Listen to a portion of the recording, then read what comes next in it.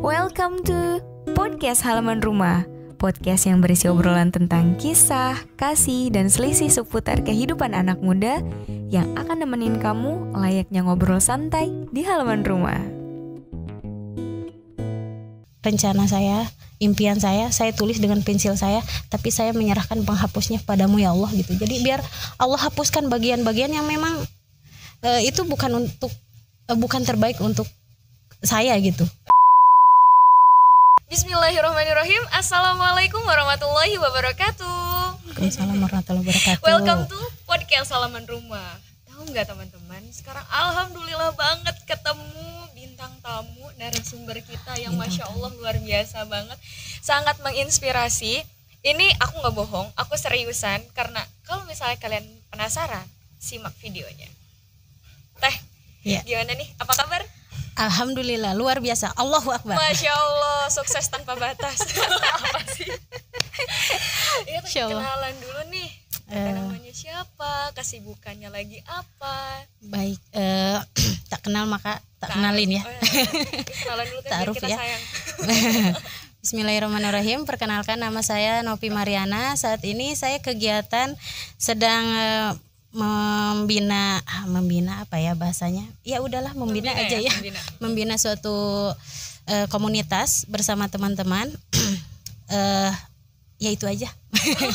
Untuk kegiatan lainnya mungkin saya juga sedang merintis suatu usaha gitu. Nah, jadi gini ya teman-teman. Aku tuh jadi dapat rekomendasi dari temanku juga tentang Tenovi gitu kan. Yang katanya kisahnya perlu banget kita simak lah. Dan mudah-mudahan insya Allah terinspirasi kayak gitu, menginspirasi kita semua gitu. Nah, ini mulai dari perjalanan hidup Teh. Wah, berat ya. Aduh berat Teh. Asa Cukup gimana apa aja gitu. yang berat Teh. Asa gimana gitu perjalanan hidup. Perjalanan hidup yang katanya mulai dari mana nih? Mulai dari mungkin ketika Teteh ngerasa katanya kelinglungan itu tuh. Oh iya. Nah, itu. Baik. Bismillah ya, ini sharing aja ya teman-teman. Semoga kita bisa saling menebar kebermanfaatan gitu. Ambil yang baiknya ya, buang yang jeleknya gitu. Ya, jadi dulu saya pernah ada di linglung itu, kata bahasa linglung itu sangat ini ya, mungkin lebih ke pencarian robnya gitu ya, pencarian rob. Ya dulu saya waktu sekolah saya harus ninggalin bangku sekolah karena saya udah nggak ada orang tua saya meninggal. Saya punya adik 4. Dua-duanya itu Teh? Ya, mamah dulu, tapi nggak berapa lama itu dua SMA tuh sekitar 17 tahun 16, lah ya, 16 ya. Sekitar segitulah ya. Sampai lupa umur ya. Emang mohon maaf sekarang umur berapa Teh? Jangan, nggak boleh. Saya bangga kok dengan usia saya sekarang. Saya kelahiran tahun 87. Nah, hitung sendiri deh. 87. Oke. 87 berarti 33. Ya, sekitar segitulah ya. Alhamdulillah. Saya kok sudah melewati masa ini gitu. Oke, lanjut. Nah, udah orang tua udah nggak ada, akhirnya saya memutuskan untuk keluar sekolah. Saya harus kerja gitu untuk untuk adik-adik saya gitu. Kalau kata bahasa orang tuh tulang punggung ya, tapi saya nggak suka dengan bahasa, kurang tepat gitu kalau bahasa tulang punggung. Saya lebih suka bilang itu adalah amanah, meneruskan amanah, karena adik-adik saya adalah amanah orang tua kan. Gitu. Karena berbeda sih, kalau tulang punggung seakan itu berat kan? Betul. Seakan kayaknya dipanggul gitu kan di sini. Tapi sedangkan kalau amanah tuh kayaknya sesuatu yang harus kita laksanakan gitu. Karena dipercayakan. Betul. Gitu kan. Dan akan nanti dihisab gitu kan. Dipertanyakan nanti gitu. Nah, saya harus menjalankan amanah itu. Akhirnya saya hijrah dari Garut, saya ke Bandung. Nah, dulu saya kerja di konveksi gitu ya. Itu setiap Sabtu Ahad saya pulang untuk ngontrol adik-adik saya gitu. Adik pada saat itu umur berapa aja tuh? SMP. Jadi setelah saya itu, di bawah saya itu SMP akhir deh kayaknya, kelas 3 gitu ya, apa kelas 2 ya, pokoknya sekitar segitulah. Kemudian SMP kelas 6, Kelas 6. kemudian kelas 3 SD, dan yang paling bungsu itu kelas 1 SD Ya Allah, masih gitu. kecil banget. Betul. Nah, ya berawal dari situ, seiring berjalannya waktu, alhamdulillah Allah lewati itu gitu. Maksudnya saya dapat melewati hal itu gitu, dan ternyata di situ rahasia rezeki gitu. Rahasia rezeki. Iya, jadi jangan khawatir tentang, betul banyak anak tuh banyak rezeki, saya nggak bohong aslinya.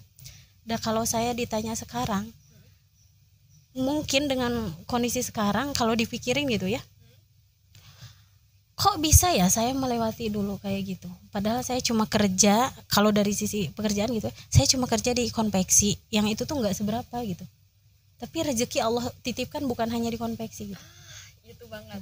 Rezeki bukan hanya dititipkan di satu titik. Iya, di siapapun, di semua orang gitu, karena semakin banyak kita memuliakan orang, ya disitulah rezeki kita gitu kan. Alhamdulillahnya saya dikenalin juga sama beberapa orang gitu ya, akhirnya ada, ya katakanlah itu investor gitu, yang nggak tahu, beliau teh langsung percaya ke saya, terus kayak ngasih barang gitu, sok Teh Novi mau jualan katanya. Tapi belum, sebentar Teh. Tadi kan Teteh bilang Teteh 7 bersaudara ya? Ya 7. Teteh 7 bersaudara, berarti Teteh punya kakak. Kakak 2. Punya kakak Ya. 2. Terus Teteh, kenapa Teteh yang jadi menghidupi adik-adik? Bukan menghidupi ya. Apa ya bahasanya? Ya amanah tadi lah ya. Amanah tadi. Ya karena 2 kakak saya sudah menikah gitu. Jadi sudah punya prioritas yang lain. Dan Gitu. Teteh kan berarti sampai putus sekolah. Iya. Dan saya nggak nyesel loh karena itu. Gak nyesel. Nggak, sama sekali nggak nyesel.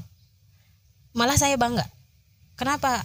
Maksudnya bukan membanggakan diri gimana, bukan ya. Tapi jangan pernah berkecil hati ketika teman-teman kita berjuang, terus kemudian perjuangan kita berhenti. Nggak ada perjuangan yang berhenti, yang terhenti itu nggak ada. Yang harus teman-teman tanamkan itu, berjuang itu terus. Kalaupun kita sampai titiknya tidak sampai ke finish, itu adalah karena takdir gitu. Saya pun begitu, maksudnya saya merasa gitu, oh berarti memang takdirnya saya tidak harus sampai akhir. Tapi ya PDLT itu, perbaiki diri, lakukan yang terbaik. Apa yang bisa saya lakukan hari ini gitu untuk lebih baik lagi, ya kayak gitulah kurang lebih. Oke, lanjut lagi ke ceritanya investor tadi. Oke. Akhirnya saya dikasih kepercayaan, dikasihlah barang jualan waktu itu. Jadi sambil kerja itu saya sambil bawa barang kayak gitu, sambil jualan di situ. Berkembang, maksudnya sampai adik saya itu udah yang satu udah selesai kayak gitu ya. Tinggal yang 2, yang terakhir nih, yang bungsu sama si kakaknya itu ya. Nah ini yang lumayan tantangan buat saya sendiri gitu, karena yang satu kan mengambil keperawatan yang kayak gitu tuh, Itu kan butuh biaya yang ya nggak sedikit ya, buat saya ya, saya gitu. Tapi kan itu terkenalnya gitu ya Teh ya. Betul. Terkenalnya gitu. Tapi ya itu tadi rezeki Allah mah. Karena saya dididik sama orang tua dulu, jangan pernah mengecilkan hati, tong leutik hati gitu ya. Gimana tuh maksudnya? Maksudnya adalah, ya kalau kamu punya impian, punya tujuan, jangan fokus ke kekurangannya, tapi apa yang bisa kita, potensi yang bisa dioptimalkan gitu. Betul. Ya. Seperti itu. Jadi dulu adik saya, dia memang dari SMP tuh memang cita-cita banget pengen jadi perawat gitu. Nah saya, ya karena saya tahu rezeki itu bukan dari saya ya, udah Allah gitu yang itu mah. Akhirnya saya bilang, ya sok, ikhtiar terbaik kata saya, sok kamu mau jadi apa sok. Walaupun pada saat itu aslinya saya nggak ada uang, nggak ada bekal buat dari mana gitu, kepikiran aja enggak. Tapi kan itu yang dikhawatirkan sekarang loh Teh, tentang rezeki, tentang kehidupan kayak masa depan, itu yang akhirnya bisa jadi sampai gitu ya. Iya gitu kan, anak muda zaman sekarang kan kayak gitu. Dan Teteh bisa fighting di situ gitu. Saya nggak ngerti justru. Nah disinilah rahasianya, karena kalau kita hanya mengandalkan kemampuan kita tanpa lilahnya itu, Poinnya. ya udah gitu. Poinnya itu banget. Karena kayak gini lah bahasa ya Allah gitu. Ya Allah itu kayak kita teh mengagungkan Allah kan dan menghambakan diri. Menghambakan diri. Betapa kita tuh lemah. Jangankan soal rezeki ya. Soal kita bangun tidur aja. Nggak usah repot-repot ngomongin rezeki deh. Bangun tidur aja. Begitu lemahnya kita kan, dengar azan aja kayaknya kita tuh berat mau buka mata, padahal segini ringannya loh, ya kan? Pelipis mata tuh ringan, coba tinggal melek gini, ya kan, benar kan? Tapi maksudnya betapa kita lemah gitu, hanya untuk membuka mata aja berat, coba. Untuk sholat subuh, sholat tahajud itu kan sesuatu yang berat, benar nggak sih? Nah, segalanya gitu. Itulah kelemahnya kita. Makanya kalau kita mengandalkan akal kita, rezeki itu nggak akan kejangkau sama kita. Nggak akan gitu. Masuk logika ya? Nggak akan masuk logika. Saya aja ya yang tadi saya bilang, saya kalau sekarang dipikirin kok bisa ya saya melewati dulu masa itu. Gitu. Ternyata ya di situ rahasia Allah tuh gitu. Dulu waktu saya adik-adik masih sekolah gitu ya, kan semangat untuk kan untuk ada motivasi ya. Betul. Ada motivasi gitu, ada kayak saya harus amanah buat iya. adik gitu kan. Saya harus menjalankan amanah ini. Ini gimana caranya? Jadi dulu moto saya pantang pulang sebelum dapat uang loh. Jadi walaupun hari itu saya misal baru dapat 20.000, baru saya bisa pulang. Tapi kalau hari itu seharian saya belum dapat uang, itu saya masih bahasanya masih bertebaran di muka bumi ini sampai jam 1 malam gitu, sampai jam 2 gitu. Tapi teman-teman jangan ini ya, maksudnya ya maksudnya cari peluang, cari kesempatan, ngontak sana ngontak sini gitu. Pokoknya gimana caranya? Kok bisa ya, maksudnya ya mungkin emang salah satunya dengan keadaan. Tapi teteh milih untuk bertahan itu, setangguh itu, benar-benar hanya karena adik kah, amanah kah? Iya, dulu memang saya karena adik-adik saya. Jadi belum lillah dulu karena adik-adik saya. Makanya di sini juga pelajaran ya, bahwa setiap kebaikan atau setiap apapun yang kita amanah tadi ya, amanah yang kita tunaikan, niatkan itu karena Allah. Kenapa? Karena kalau karena makhluk akan ada titik kecewanya kita, akan ada masa banyak hal yang tidak sesuai dengan harapan kita. Karena kita mengharapkan timbal balik gitu. Nah itu jadi harus hati-hati dengan niatnya. Dan tadi itu poinnya yang diambil ketika adik-adik teteh selesai gitu kan, kayak ke sekolahnya, mungkin udah dinikahkan, dan akhirnya kan kayak giroh itu jadinya ya benar-benar sempat hilang gitu. Karena benar-benar mungkin makhluk itu terbatas saking ya Allah, betul. Jadi dari situ saya juga mulai, ya baru sekarang ini saya memperbaiki niat lagi, bahwa ya apa yang dulu terlihatnya itu baik tapi belum tentu benar gitu loh.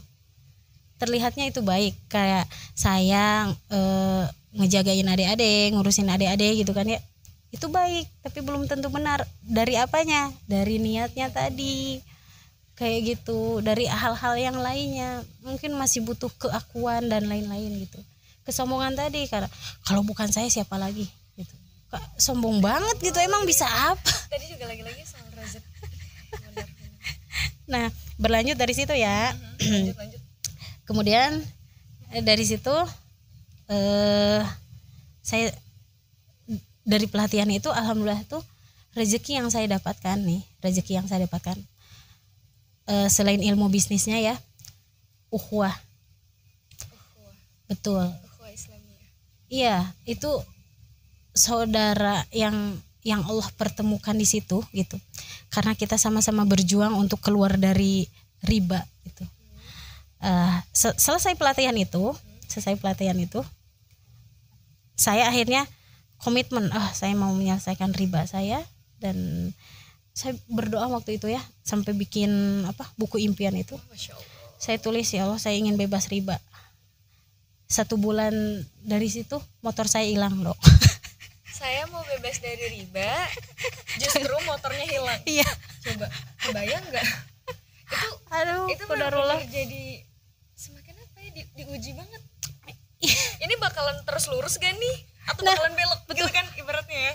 Sementara di situ teh kayak ya motor itu ya kayak kakinya lah, maksudnya saya mau kesana kesini gitu buat ikhtiar sayanya itu ya dengan masih motor. Banyak banget. Nah ya. Gitu untuk ya akhirnya setahun saya jalani aja waktu itu. Ya udah ya Allah sekarang apa ya, saya menulis plan saya gitu ya, rencana saya, impian saya tulis dengan pensil saya, tapi saya menyerahkan penghapusnya padamu ya Allah gitu. Jadi biar Allah hapuskan bagian-bagian yang memang itu bukan terbaik untuk saya gitu. Aduh, versi Allah. Itu benar-benar perlu banget kelapangan hati, Masya Allah. Nah dari situ astagfirullahaladzim, jadi ingat lagi ya. Nah dari situ akhirnya setahun saya jalan, saya fokus ke nyelesain riba saya, selesailah tuh dalam 1 tahun tuh riba. Tapi lagi-lagi giroh saya untuk usaha lagi gitunya, maksudnya kebermanfaatan lagi karena adik-adik saya udah selesai kan, udah selesai. Mereka udah pada mandiri juga. Ya. Jadi ibaratnya apa ya? Kalau sebelumnya rezeki mereka Allah titipkan dengan ikhtiar yang saya jalankan, sekarang mereka sudah menjemput rezekinya sendiri, gitu kan? Jadi otomatis ya saya mah hanya porsi saya gitu yang saya jemput gitu. Nah dari situ lama sebenarnya untuk ngembaliin giroh itu.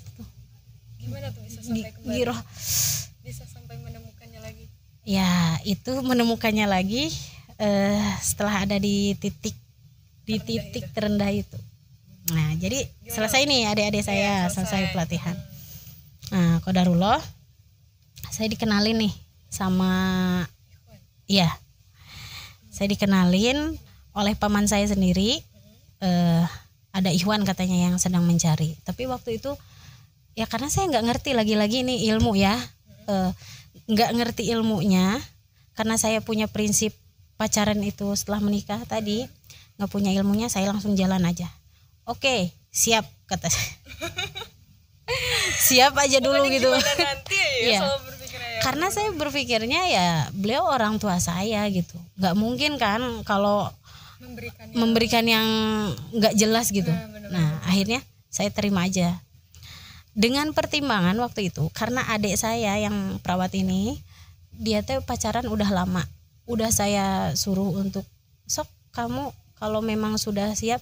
Nah tapi dia nggak mau waktu itu teh, pengen saya duluan gitu karena saya 2 kakak dia ya 2 adik saya kan udah nikah duluan gini kan ya.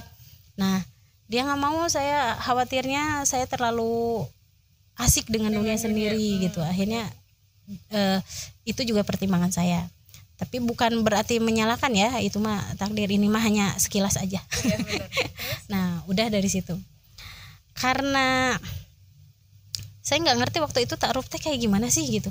Tapi saya jalan aja, yang penting mah nggak ada interaksi ikhwan akhwat, udah aja cukup di situ gitu. Nah pokoknya dari perkenalan sampai ke ijab kabul ya waktu itu, akad nikah itu 4 kali ketemu ya sampai di akad gitu. Di akad tuh pertemuan keempat gitu. Nah cuma di sini pas akadnya ini yang rada ini kisah pas akadnya gitu. Tapi sebelumnya udah ada keyakinan memang atau kayak ya udahlah bismillah aja? Enggak, 3 hari sebelum itu, 3 hari sebelum nikah itu kan qadarullah ya, adik saya yang perawat ini dilamar. Jadi 3 hari menjelang hari hak saya nikah, datang keluarga dari laki-lakinya datang ke rumah ngelamar dan udah ada tanggalnya. Tanggalnya itu 10 hari setelah saya.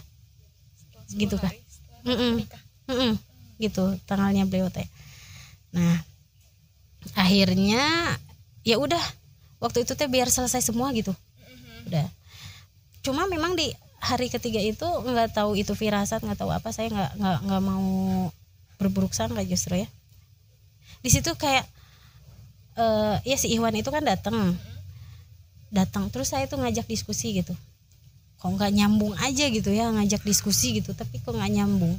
Kayak kalau mahar mah kan antara Ikhwan dan ya antara beliau dan saya gitu kan, tapi nggak nyambung aja gitu. Ya udahlah kata saya teh udah.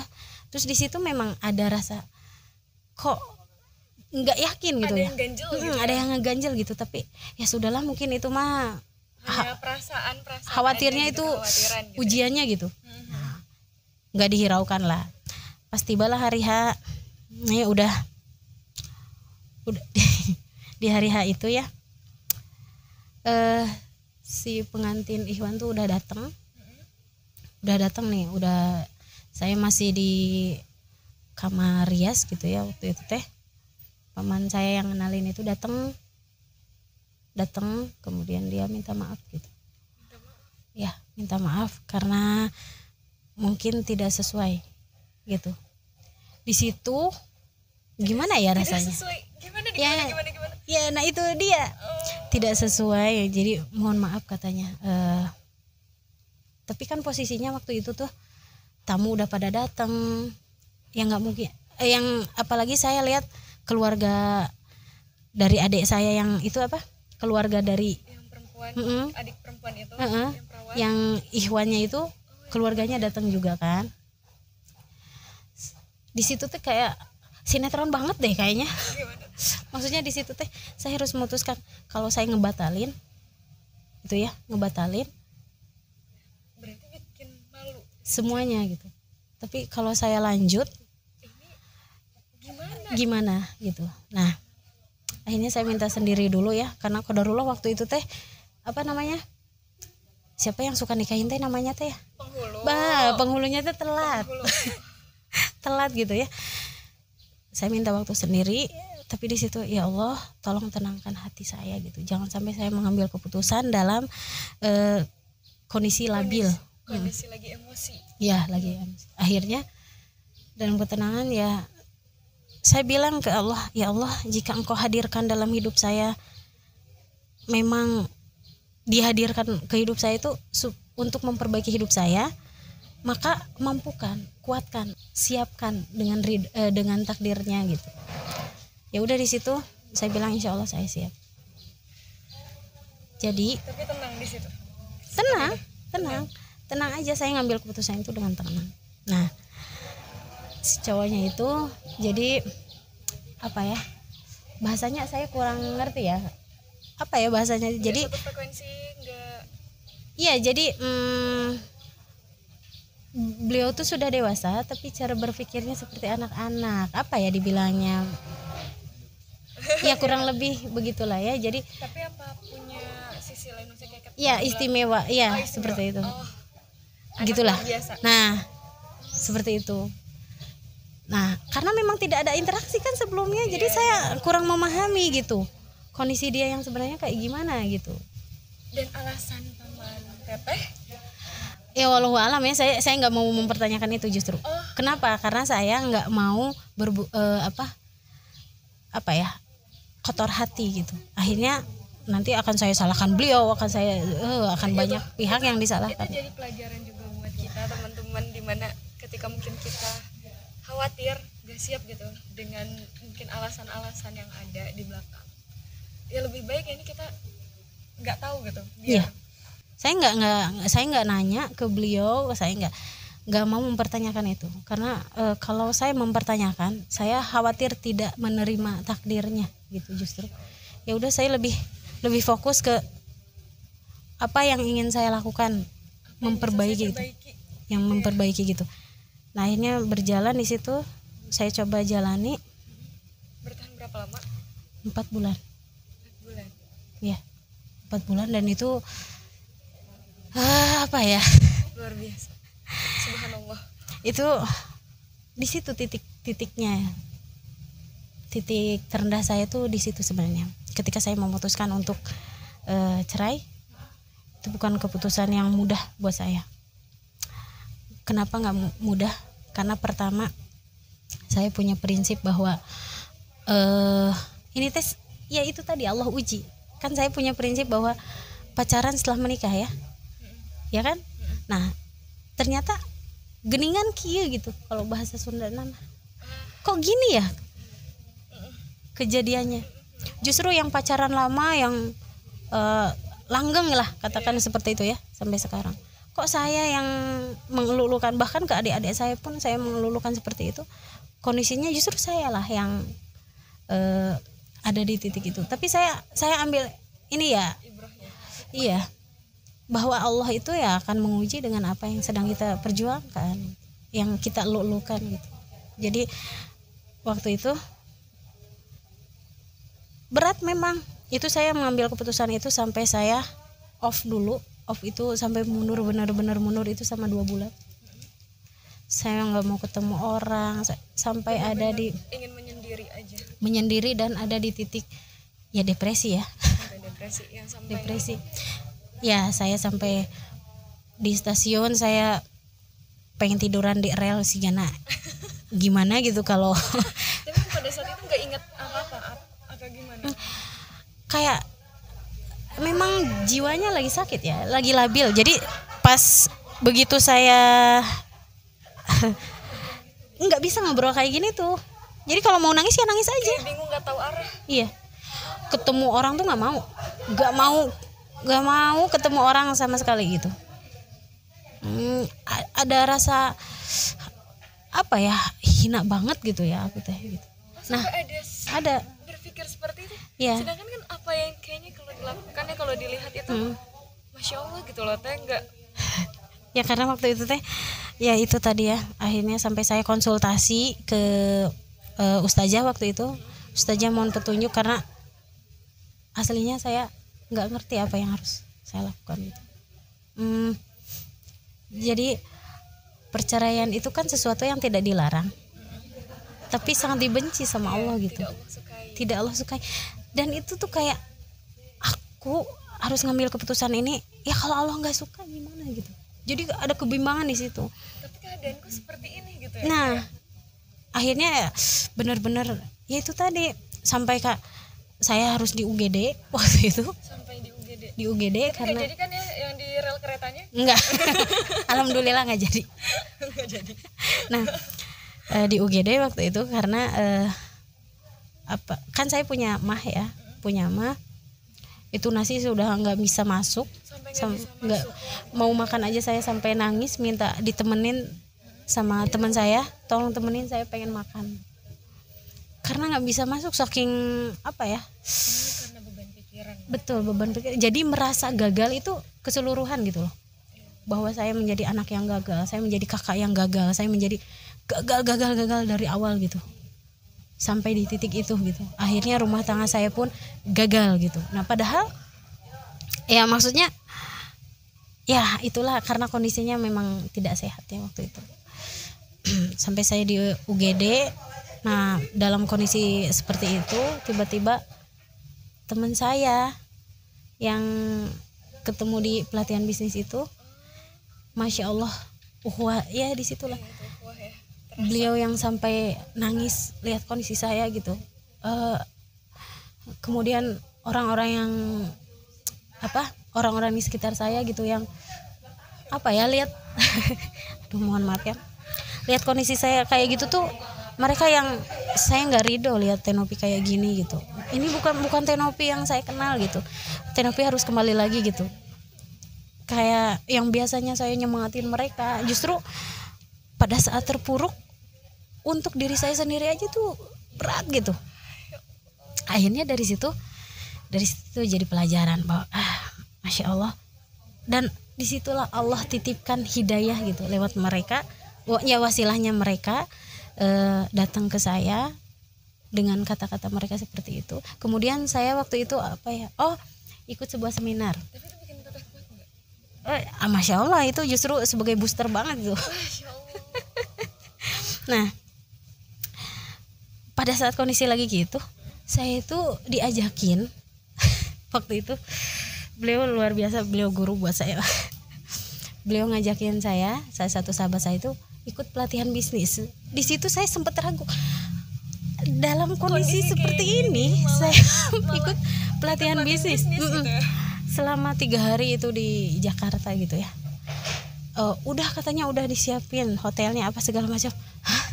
Terus waktu itu ibu saya ya, beliau yang membersamai saya dari awal saya udah nggak ada orang tua sampai sekarang gitu. Beliau bilang ke saya, udah ikut aja Nop, sok biar Nopi semakin lebih baik katanya. Sok Nopi, kata beliau gini, boleh Nopi ikhtiar langit, tapi Nopi masih di bumi. Jadi tetap Nopi itu harus menapak di bumi gitu. Ikhtiar langit dan ikhtiar bumi Iya, yang diselaraskan. betul. Karena waktu itu terbawa perasaan gitu ya. Jadi saya teh pengen PDLT nate ya, ingin menyendiri, sholat ya kayak gitu aja, lebih ke ritual. Jadi yang lain-lainnya kayak saya nggak mau HP itu, nggak mau megang HP dan lain-lain. Itu tuh nggak mau ketemu orang kayak gitulah. Kayak nggak mau aja gitu. Betul. Dan ya itu Allah teh langsung nitip ke ibu saya, beliau langsung bilang gitu, ya Nopi boleh aja Nopi nggak mau ikhtiar langit silakan, tapi Nopi masih menapak di bumi katanya. Jadi nah dari situ pas teman saya bilang kayak gitu, langsung ya tersadarkan gitu, ya Allah kemana aja saya gitu. Ternyata saya fokus ke hal yang tidak sesuai dengan apa yang saya ini gitu ya. Padahal dengan harapan saya di sekitar tuh masih banyak yang harus betul dilihat gitu ya. Betul. Dan ya setelah itu disitulah baru saya akhirnya kembali lagi gitu. Berapa lama ya, sekitar 4 bulanan lah. 4 bulan itu 2 bulan pertamanya ya, itu langsung saya benar-benar bulat, langsung saya bisa ngambil keputusan dengan lantang. Saya bilang sekarang saya sudah bulat, saya akan gugat cerai gitu. Dengan pertimbangan ya kalau saya bertahan tapi dengan kondisi terburuk saya nggak mau.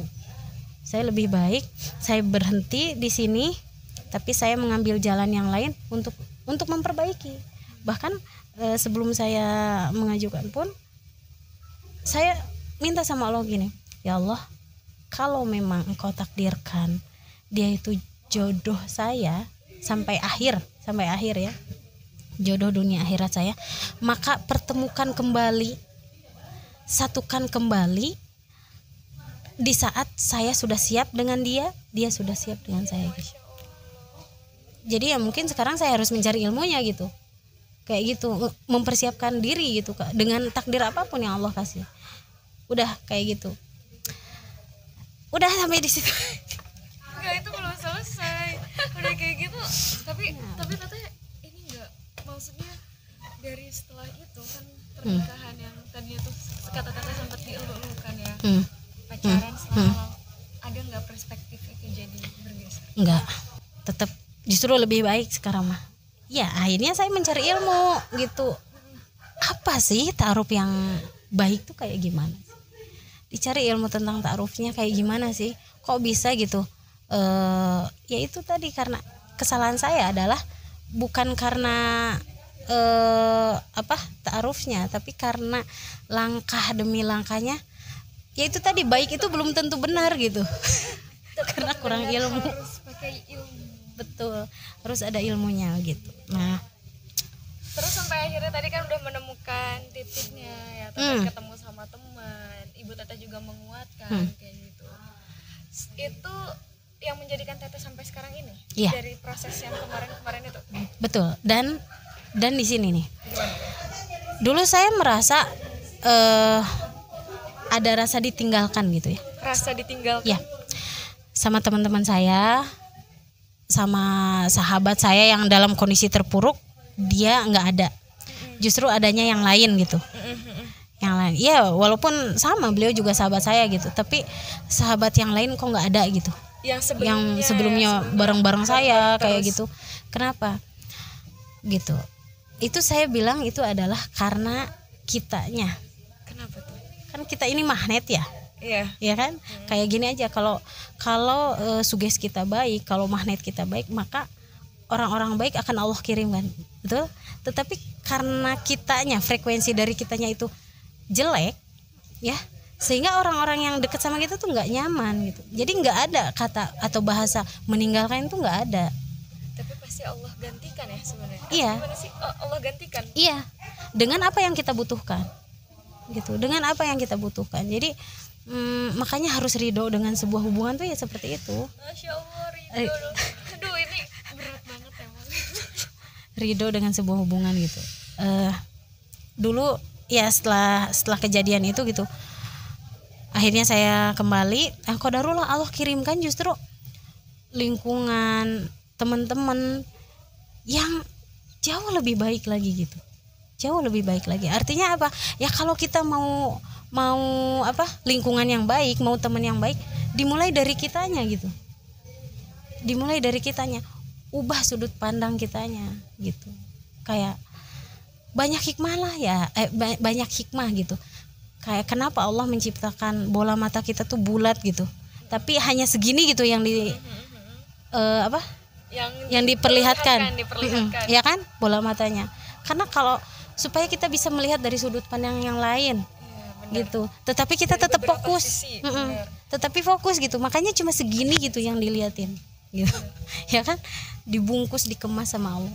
Gitulah. Gitu. Pasti ketika kehidupan ini berjalan ada alasan-alasan di belakangnya, yang mungkin belum tentu kita sadar pada saat itu. Ya. Tapi setelah melewatinya, betul. Ini ternyata maksud Allah. Nah, seperti itu. Pokoknya luar biasa lah. Sampai akhirnya saya ketemu SSG, saya ikut kegiatan di sana. Di sana ikut kegiatan. Setelah selesai kegiatan itu, saya ikut kelanjutannya. Yang tadinya saya santri, saya ikut kelanjutannya. Saya pengen berkhidmat juga dong gitu, pengen gimana sih rasanya jadi pelatih SSG itu gitu. Dan masya Allah, di situ SSG yang sebenarnya yang saya dapatkan gitu. Pas jadi pelatihnya itu. Iya betul. Di situ tantangannya, karena kalau jadi santri kita hanya menjalankan instruksi gitu. Tapi ketika menjadi pelatihnya, menginstruksi. Ya, ibaratnya membimbing, mendidik. Betul. Gitu ya. Betul. Jadi kita tuh juga harus benar-benar apa ya? Karakternya itu harus baik gitu. Benar, itu bukan kemasan gitu. Maksudnya kemasan apa ya? Mohon maaf, bukan itu. Bukan hanya luarannya saja, tapi luar dalam kita memang harus tulus gitu. Harus asli banyak belajar dari situ. Ketulusan. Betul. Nah, dari situ. Betul. Nah, sampai akhirnya udah selesai kayak gitu. Teman-teman suka ngumpul kan? Teman-teman SSG kebanyakan. Ditambah lagi teman-teman yang bisnis juga suka kita suka suka ketemu, suka sharing gitu ya. Sharing dari situ. Akhirnya ya udahlah, cek saya teh daripada nggak ada wadahnya, kita bikin wadahnya yuk gitu. Jadi ngebentuklah komunitas sekarang sama teman. Iya, yang komunitas apa namanya teh? Miftah dari Saada. Dari Saada itu apa tuh? Ngapain? Kunci kebahagiaan kan? Iya, kunci ya. Kunci kebahagiaan dunia akhirat itu Miftah dari Saada. Nah, kita berawal dari awalnya kita tuh suka khidmat ya. Suka di suka ngelatih santri yang kayak gitulah. Lama-lama tuh kayak gimana sih, kalau teko dikeluarin terus kering kan ya, ada rasa mulai hampa di situ. Harus dicari. Iya, kayaknya kok kita gini-gini terus ya. Nah, waktu itu selesai kita kajian waktu itu, Marifat ya, itu kan sampai malam ya, sampai jam 9 malam gitu, di DT waktu itu Agim. Nah, terus kepikiran lah, yuk kita jemput hidayahnya Allah gitu. Kan kita nggak tahu pada saat kapan Allah tuh memberikan kita hidayah gitu. Akhirnya kepikiran lah, yuk kita berbagi, yuk tebar nasi gitu. Itu berawal dari kumpulan cuma 5 orang, terus yuk dari 1 orang 2 bungkus 3 bungkus kayak gitu ya. Nah, itu malam-malam, tengah malam kita ke emper-emperan toko yang kayak gitu, dan masya Allah benar itu di situ. Jadi kalau kita masih berkeluh kesah nih ya, kalau teman-teman masih mengeluh, tugas saya banyak, aku begadang terus ini, teman-teman keluar tengah malam, silahkan lihat di pinggiran, di emperan toko di pinggiran kota gitu, masih banyak orang yang mereka udah nggak kepikiran buat makan apa. Nah, ini. Mereka tuh untuk hidup hari ini aja dari mana wallahu alam gitu loh. Iya, benar. Ya kan? Ya. Waktu itu kita cuma kayak gitu. Ya udah Masya Allah gitu, pas bener ya ternyata kita teh kebanyakan ngeluh gitu. Jadi tidak kurang bersyukur gitu, Terlalu itu ya, terlalu. tidak bersyukur dengan apa yang sudah kita dapatkan gitu. Padahal Masya Allah udah bisa kuliah aja, alhamdulillah gitu. Banyak orang yang pengen kuliah nggak bisa kuliah gitu. Karena tadi teh kita sering kali terfokus apa yang rasa sakit ya. Iya. Rasa sakit yang padahal kayaknya dari kenikmatan Allah mungkin itu hanya 10%. Gitu Masya kan. Allah itu enggak. Rasa sakit itu mungkin 10%, Iya. tapi selebihnya itu Nah semua nikmatnya kenikmatan, betul, gitu kan. betul Masya Allah. Nah, Tapi di kita situ. terlalu terfokus sama yang 10% itu. Iya. Nah itulah Masya Allah. Nah mungkin teh mau apa sih saran buat anak-anak zaman sekarang yang mungkin, Aduh, seumuran apa ya? aku tuh lagi banyak labil loh teh, ya kan, umur apalagi ya lulus SMA menjelang pas kuliah gitu Iya. kan, bagian skripsi dan segala macam itu tuh. Oh iya, nah salah satunya saya membentuk MDS juga itu dalam rangka membersamai teman-teman yang ya anak muda gini mencari potensinya gitu. Jadi kenapa? Karena setiap orang tuh sudah punya modal yang Allah titipkan. Kita tuh sudah punya ID-nya sendiri-sendiri ya gitu. Kayak mungkin peran saya di sini kayak dari awal perjalanan saya sampai ke sini ya peran saya ya sebagai yang menjalankan amanah, meneruskan amanah dari orang tua dan lain-lain gitu. Nah, begitupun teman-teman gitu. Pasti teman-teman punya punya peran, punya amanah sendiri gitu. Masing-masing. Punya amanah masing-masing. Yang harus digali itu adalah potensi teman-teman. Allah tuh ingin kita jadi apa sih? Gitu. Ingin kita berperan sebagai apa? Harus sadar, Betul. harus ngejemput itu gitu ya. Iya. Dan dari saya pribadi ya, yang saya rasakan gitu, ya sekolah itu memang tidak harus di kelas gitu ya. Dimanapun nih kayak gini, ini adalah Ini juga kelas kehidupan kelas sebenarnya. kehidupan. Gitu kan. Universitas kehidupan. Betul. Ini setiap orang itu guru, banyak pelajaran yang bisa kita. Intinya lebih ke PDLT-nya itu Jadi PDLT apa teh? perbaiki diri, lakukan yang terbaik. Perbaiki diri, melakukan yang terbaik. Ya, karena ikhtiarmu gitu. Ikhtiarmu akan menemukan takdirnya. Jadi Ikhtiarmu akan menemukan takdirnya. Masya Allah, kayaknya banyak Jadi, banget quotes ya hari ini. pokoknya kasih yang terbaik aja, kasih yang terbaik dan luruskan niat asli. Saya aja kalau bisa flashback gitu, saya ingin meluruskan niat karena itu bertahun-tahun saya ya Melewatinya. mengurus adik-adik saya gitu ya, ngurus adik-adik saya bertahun-tahun, tapi niat saya belum tepat gitu, masih karena makhluk gitu. Tapi lagi-lagi itu proses kehidupan. Iya, Masya Yang Allah. harus dilewatin dan Betul. yang bisa mungkin ya jadi sekarang ini orang juga banyak terinspirasi dari Teh. Nah, semoga ya Amin. ambil yang baiknya aja, Masya mohon maaf. Oh ya, terus ini Gimana? kalau teman-teman memang lagi dalam kondisi kalau bahasa saya itu turun mesin ya. Turun mesin. Kalau mungkin bahasa teman-teman tuh futur ya. Cuma kalau futur tuh terlalu gimana gitu, ekstrim Turun banget. mesin. Turun mesin. Oke, Saya aku bilang dapat bahasa baru. Turun mesin. kalau lagi turun mesin gitu, nggak usah terlalu langsung teman-teman cari soulmate-nya, cari apa sih yang namanya sohib gitu ya, sohib gitu. Bisa jadi kita nggak butuh solusi dari sohib kita gitu.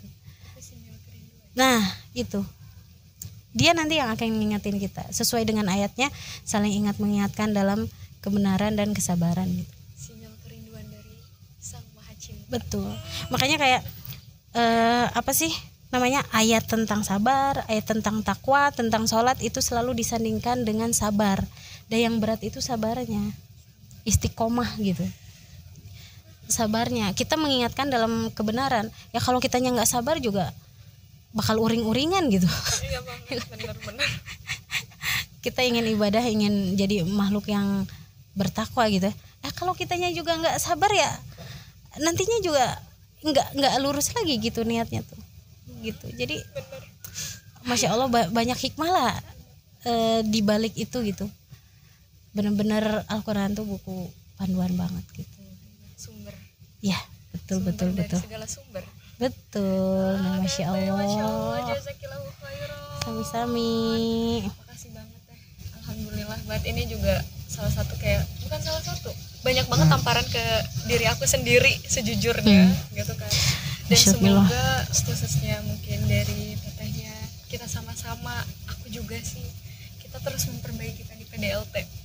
Iya, perbaiki diri. Dan buat teman-teman juga yang mau cerita atau mengirimkan puisi ke podcast Halaman Rumah, boleh banget ya, bisa DM aku atau enggak ke IG podcast Halaman Rumah atau ke email podcasthalamanrumah@gmail.com. Wassalamualaikum warahmatullahi wabarakatuh. Waalaikumsalam warahmatullahi wabarakatuh. Masya Allah.